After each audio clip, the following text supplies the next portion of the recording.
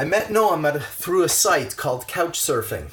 I was looking for a place to stay when I was in Tel Aviv, and Noam's name came up. I read his bio, and he seemed like an interesting person, so I contacted him, and he accepted.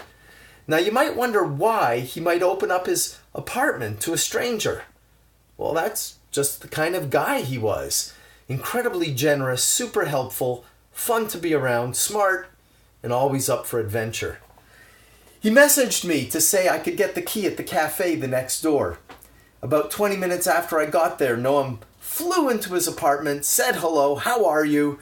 I'm Noam, and immediately told me he was going for a run. And he said if I wanted to, I could borrow his bicycle and go for a bike ride. Here, he pulled out his bike shorts out of a drawer and said, wear these. There are people who would give you the shirt off their backs. Noam would give you not just his shirt, but his shorts and his bicycle. That's just the kind of person Noam was. The next day he told me he was going for a hike in the Judea desert with a bunch of friends. And when I said that sounded like fun, he said immediately I was welcome to go with them. And I immediately said yes. How would we get there, I asked, because I knew he didn't have a car. No problem, he smiled. I'll take you on the back of my scooter. Because that's the kind of person Noam was. Just an incredible person. So the next day, after he came home from work, he gave me his helmet, I hopped on the back of his scooter, and away we went. And every minute the sun went down, it got colder and colder and colder. All I could do was tuck my head in behind his back to shield myself from the wind. I held on to him very tight.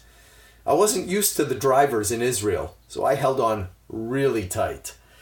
So when I say that in the short time that I knew Noam, we got very close, I really mean it. We were very close. We stayed at Yifat's place in Jerusalem that night and headed to the hike the next day.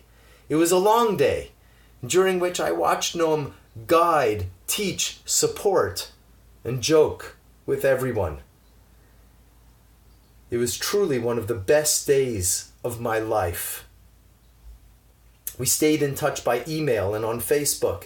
We talked about him coming to Canada for a canoe trip so I could give him an adventure that he never had. He invited me to his lodge in Romania.